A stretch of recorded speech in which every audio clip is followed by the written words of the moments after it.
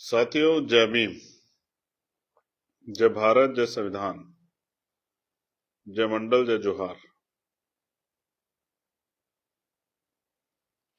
आज नववर्ष है। नववर्ष की इस संध्या पे मुझे लगा कि आपसे बात करनी चाहिए। हालांकि ये बातें तो पूरे साल होंगी,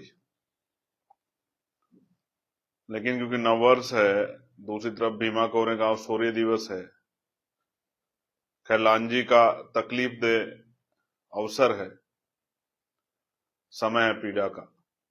कई एक तारीख में कई चीजें हैं, लेकिन मुझे लगा कि मेरे और आपके बीच का कन्वर्सेशन नहीं खत्म होना चाहिए कभी भी। हम लोगों की जो बातचीत है वो कभी नहीं खत्म होनी चाहिए, इसलिए मुझे आज का लाइव जो है वो आना पड़ा। प्यारे साथियों, मैं अपनी बात को शुरू करने से पहले हक वंचित किसान का मेरे कौमों में, बहुजन समाज में जन्मे सभी संतों, गुरुओं और महान पुरुषों को नमन करता हूं। मैं जिनके नाम लूंगा, मैं अपनी नौजवान लीडरशिप से कहूंगा कि उनको जरूर पढ़ें, क्योंकि इनको पढ़ने से ही आपके बहुत सारे सवाल शंकाएं दूर होंगे। और अगर आप इनको नहीं पढ़ेंगे तो आप फिर उसी मनुवाद, ब्राह्मणवाद के माया जाल में घूमते रहेंगे। आपको समझ ही नहीं आएगा कि आप कर क्या रहे हैं और क्यों कर रहे हैं, और इस देश में हमारे महापुरुष क्या चाहते थे, किस व्यवस्था को बदलना चाहते थे, और किस व्यवस्था की वजह से आज भी देश में छुआछूत, भेदभाव, जुल्म, जाति, अन्य अत्याचार है। प्यारे साथियों, महामानव तथागत बुद्ध दुनिया में शांति के प्रतीक, light of Asia, Jagat Guru सतगुरु रविदास जी महाराज अंधविश्वास, पाखंडवाद के खिलाफ एक मजबूत, सशक्त आवाज, जिन्होंने ऐसा चाहूं राज में जहां मिले सब अन्नु अन्न, छोट बड़े सब सम बसे, रैदास रहे प्रसन्न, दुनिया में मानवता की बराबरी की बात करके सबके कष्ट दूर करने का संदेश दिया। ऐसे जगत गुरु सतगुरु रविदास जी महाराज, गुरु नानक देव, जिन्होंने संगत में पंगत, यानी कि सबके भले की बात की है, सबकी बराबरी की बात की है। कलम को हथियार की तरह यूज करने के लिए संदेश देते गुरु वाल्मीकि जी। पाखंडवाद को आंख दिखाते, पाखंडवाद को घुटने टिकवाते हुए गुरु कबीर जी, जो कहते हैं कि अगर पत्थर पूजे से भगवान मिलता है तो मैं पहाड़ पूजूंगा। संत गाडगे जी महाराज, जो स्वच्छता की बात करते हैं, कहते हैं कि एक रोटी कम खाना, वरना एक रोटी कम खाना, लेकिन अपने बच्चों को जरूर पढ़ाना। नारायणा गुरु, वो भी एजुकेशन के महत्व को, शिक्षा के महत्व को लोगों तक पहुंचाते हुए, लोगों को समझाते हुए बुराइयां छोड़ने की तरफ अग्रसर दिखते हैं। ईवी पेरियार रामानायकर स्वामी, पाखंडवाद पे प्रहार करते एक और युग पुरुष, द्रविड़ संस्कृति को आपके बीच पहुंचाते हुए। पेरियार ललई यादव, सच्ची रामायण लिख के, और जब विरोध हुआ, बैन हुई, तो सुप्रीम कोर्ट के जरिए, उस सच्ची रामायण के जरिए बहुत से आवश्यक विषय वस्तु तक लोगों को पहुंचाते हुए एक महान चिंतक। गुरु घासीदास, मानव मानव एक समान, मन का एक समान, बराबरी का नारा देते हुए सतनामी संदेश को, सतनामी यात्रा को आगे बढ़ाते हुए। राष्ट्रपिता ज्योतिबा फूले, शिक्षा के अग्रदूत, सामाजिक न्याय के योद्धा, मां सावित्रीबाई फूले, मां फातिमा शेख, आरक्षण के जनक छत्रपति साहूजी महाराज, सामाजिक न्याय के प्रोधा, महिलाओं के मुक्तिदाता, देश के संविधान के निर्माता, करोड़ों शोषितों वंचितों की मजबूत आवाज, भारतीय संविधान के जरिए करोड़ों महिलाओं को, उपेक्षित वर्गों को सम्मान का जीवन दिलाने वाले बाबा साहब अम्बेडकर,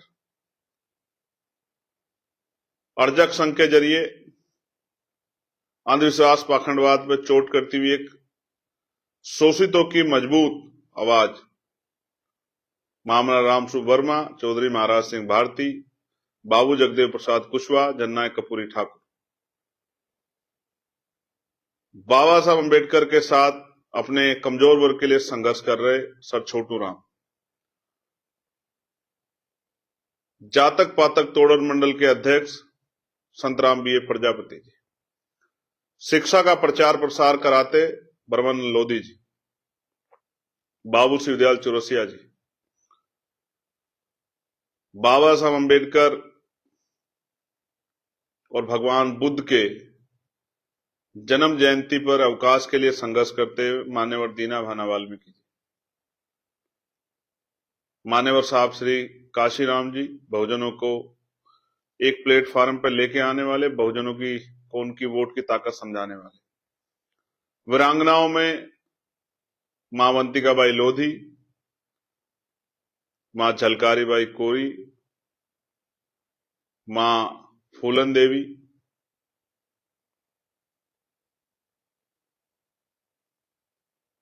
मां अहिल्याबाई होलकर, मां उदा देव पासी, महाराजा बिजली पासी, शहीद आजम सरदार भगत सिंह, सरदार उधम सिंह, सरदार करतार सिंह सराबा, बीपी मौर्य साहब, बाबू जगजीवन राम साहब, जिन्होंने लाखों नौकरियां लोगों तक पहुंचाने का काम किया। और उत्तर भारत में आंदोलन को घर घर तक पहुंचाने वाले बीपी मौर्य साहब, और पिछले 7, 8, 10 सालों में बहुजन क्रांति के रूप में नौजवानों में संघर्ष की लो जगाने वाले भीम आर्मी आजाद समाज पार्टी के एक कार्यकर्ता का मैं धन्यवाद देता हूं। प्यारे साथियों, आप सब लोग नव वर्ष सेलिब्रेट कर रहे हैं, कुछ लोग भीमा कोरेगांव का शौर्य दिवस मना रहे हैं। मैं आप सबको बधाई देता हूं और मंगल कामनाएं करता हूं। लेकिन आज पूरे दिन में हम लोगों ने एक रोड मैप तैयार किया है और बहुत जल्द उस रोड मैप को लेकर मैं आपके बीच पहुंचूंगा। किस तरह बाबा साहब अम्बेडकर के उस बात को हम लोग ध्यान में रखें कि संविधान कितना भी अच्छा क्यों ना, चलाने वाले हाथ अच्छे नहीं होंगे, उनकी नीति अच्छी नहीं होगी तो अंततः संविधान बुरा साबित होगा। और संविधान कितना भी बुरा क्यों ना हो, चलाने वाले हाथ अच्छे होंगे, उनकी नीति अच्छी होगी तो अंततः संविधान अच्छा साबित होगा। आज इस देश में क्या हो रहा है? तलवारें बांटी जा रही, एक संप्रदाय के खिलाफ जज्बाती नारे लगा के, सांप्रदायिक नारे लगा के उस पूरे समाज को कटघरे में खड़े करके उसके साथ हिंसा की जो है कोशिशें की जा रही, लोगों को भड़काया जा रहा है, लेकिन बहरी गूंगी सरकार को नहीं दिख रहा है, निकम्मी सरकारों को नहीं दिख रहा है। उन्होंने आंखें बंद कर ली है, उन्होंने मुंह सुन लिए है, उन्होंने कान पर कैप ढक ली है। उनको ये अन्याय, ये आतंकवादी घटनाएं नहीं दिख रही, ये जुल्म नहीं दिख रहा है, सांप्रदायिक तरफ बढ़ावा देने वाले ये गुंडे नहीं दिख रहे, जिनकी वजह से कल ना जाने कितनी बड़ी घटना जो है किसी भी राज्य में, किसी भी जिले में, किसी भी प्रदेश में जो है घट सकती है, किसी भी शहर में। ये अपराधी आतंकवादी नहीं दिख रहे हैं, ये जातंकवादी नहीं दिख रहे हैं उस सरकार।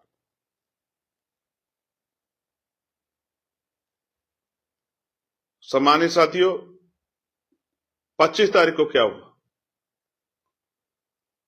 ईसाई समुदाय के मुश्किल से 1 या 2 पर्व उनके आते हैं, जबकि भारतीय संविधान आर्टिकल 25-26 में धार्मिक आजादी देता है। जिस तरह से उनके धार्मिक स्थलों के बाहर जाके गुंडागर्दी की गई, मॉलों में घुस के हिंसा की गई, तमाम तरह के जो है सांप्रदायिक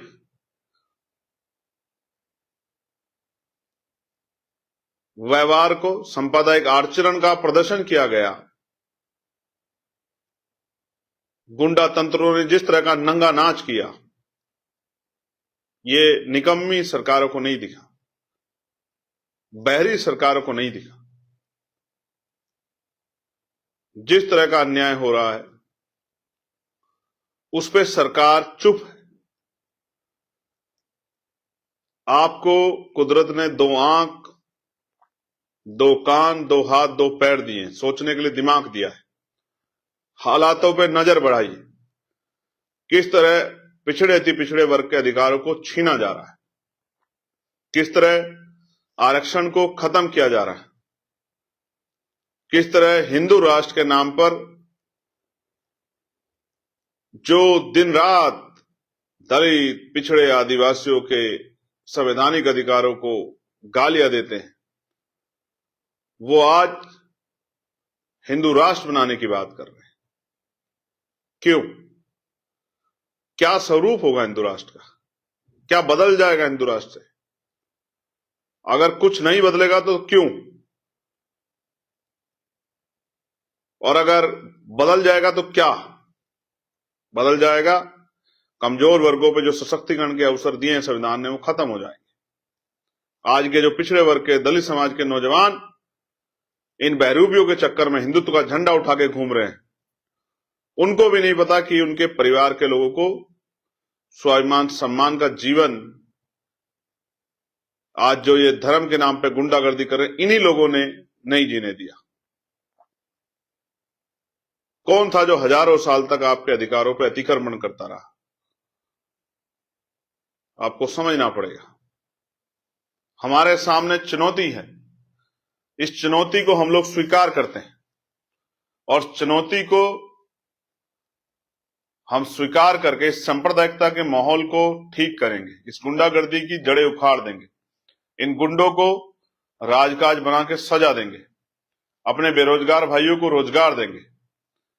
आज हम लोग संकल्प लेते हैं 1 जनवरी को, अगली 31 दिसंबर तक हम लोग संघर्ष करेंगे, लोगों में भाईचारा पैदा करेंगे, तमाम तरह की कठिनाइयां जो हमारे सामने आएंगी उनका मुकाबला करेंगे, अपने भाईचारे को छोटी छोटी गतिविधियों से नहीं टूटने देंगे, लोगों को जाकर जगाने काम करेंगे, रात्रि प्रचार करेंगे, पूरे दिन भर प्रचार करेंगे, पैदल, छोटे साधनों से, गाड़ियों से, बसों से, ट्रेनों से घर घर जाकर लोगों को समझाने का काम करेंगे।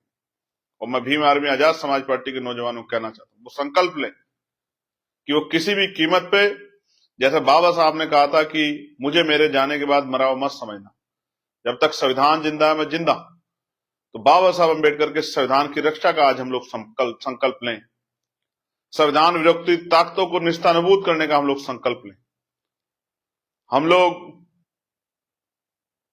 ज्ञान में किससे पीछे ना रहें, हम लोग रोजगार में किससे पीछे ना रहें, हम लोग जो पढ़ रहे हैं खूब अच्छी पढ़ाई करें, जो संघर्ष कर रहे हैं वो संवैधानिक रूप से संघर्ष करें, और जो राजनीतिक सामाजिक काम कर रहे हैं वो आंदोलन को मजबूत करें, तन मन धन से जुटें और संविधान विरोधी ताकतों को मुंह तोड़ जवाब दें। हम लोग संकल्प लेते हैं कि बहन बेटियों के सम्मान की रक्षा करेंगे, हम लोग संकल्प लेते हैं कि हम मेहनत करेंगे, राजकाज बनाएंगे कि जो एनसीआरबी का डाटा कहता है कि लाखों बहनों बेटियों के साथ जो अन्याय होता है उसको हम लोग जड़ से खत्म करने का काम करें। हम महिलाओं को रोजगार देंगे घर पे, हम पूरे साल आशा, आंगनबाड़ी बहनों, भोजन माताओं के वेतन वृद्धि के लिए संघर्ष करेंगे। हम पीआरडी के जवानों के लिए, होमगार्ड भाइयों बहनों के लिए, उनके वेतन वृद्धि के लिए, उनकी विसंगतों को दूर करने के लिए संघर्ष करेंगे। हम पुलिस की समस्याओं के लिए संघर्ष करेंगे कि बॉर्डर स्कीम खत्म हो, उनकी वेतन विसंगता दूर, उनको सप्ताह में एक दिन छुट्टी मिले। हम लोग संघर्ष करेंगे बेरोजगार नौजवानों के लिए। हम लोग संघर्ष करेंगे बैकलॉग भरवाने के लिए। हम लोग संघर्ष करेंगे प्रमोशन में रिजर्वेशन SC ST OBC कर्मचारियों को दिलाने के लिए। हम लोग संघर्ष करेंगे पुरानी पेंशन बहाल कराने के लिए। हम लोग संघर्ष करेंगे अर्धसैनिक बल भाइयों को भारतीय सेना की तरह बराबर का सम्मान दिलाने के लिए। हम लोग संघर्ष करेंगे किसानों को उनकी फसलों के दाम दिलाने के लिए। हम लोग संघर्ष करेंगे जिनकी जमीनें लूटी जा रही उनकी जमीनें बचाने के लिए। हम लोग संघर्ष करेंगे अच्छी शिक्षा व्यवस्था, अच्छी स्वास्थ्य व्यवस्था और अच्छी कानून व्यवस्था लागू कराने के लिए। जिम्मेदारियां हैं, नौजवानों की तरफ देश देख रहा है, मेरी निगाह आपकी तरफ है। आप मुझसे बहुत उम्मीद रखते हैं, मैं भी आपसे बड़ी उम्मीद रखता हूं कि आप लोग घर से निकल के इन मनुवादी ताकतों को सबक सिखाने के लिए राजकाज बनाएंगे।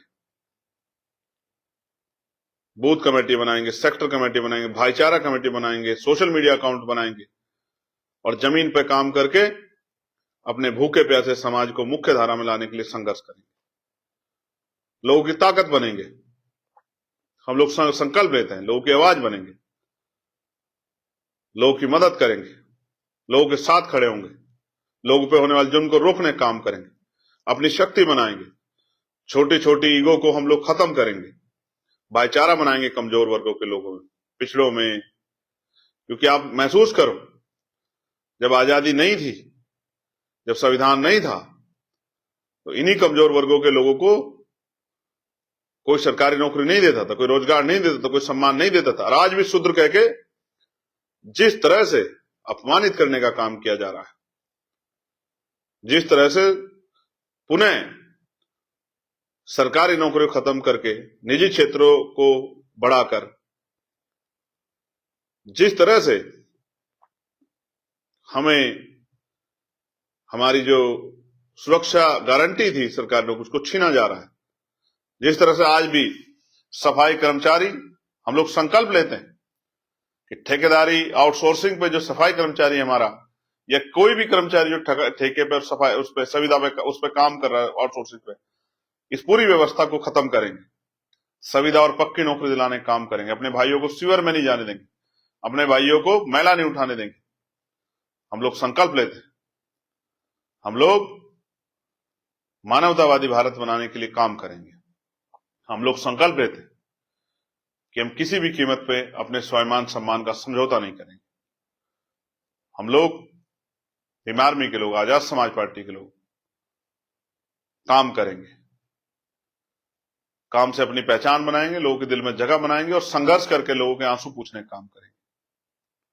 जिन पर जमीनें नहीं, जब इस देश में भूमि अधिग्रहण होता है, बड़े बड़े फ्लाईओवर बनते हैं, बड़े बड़े मॉल बनते हैं, बड़े बड़े शॉपिंग सेंटर बनते हैं, हवाई अड्डों के लिए अधिग्रहण होता है, सरकारी संस्थानों के लिए अधिग्रहण होता है, तो जिन लोगों पे जमीन नहीं उनको जमीन दिलाने के लिए हम लोग प्रयास करेंगे।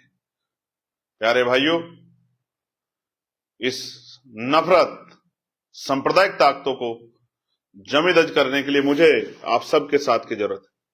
मैं आपसे अपील करता हूं कि तन मन धन से इस आंदोलन में काम कीजिए।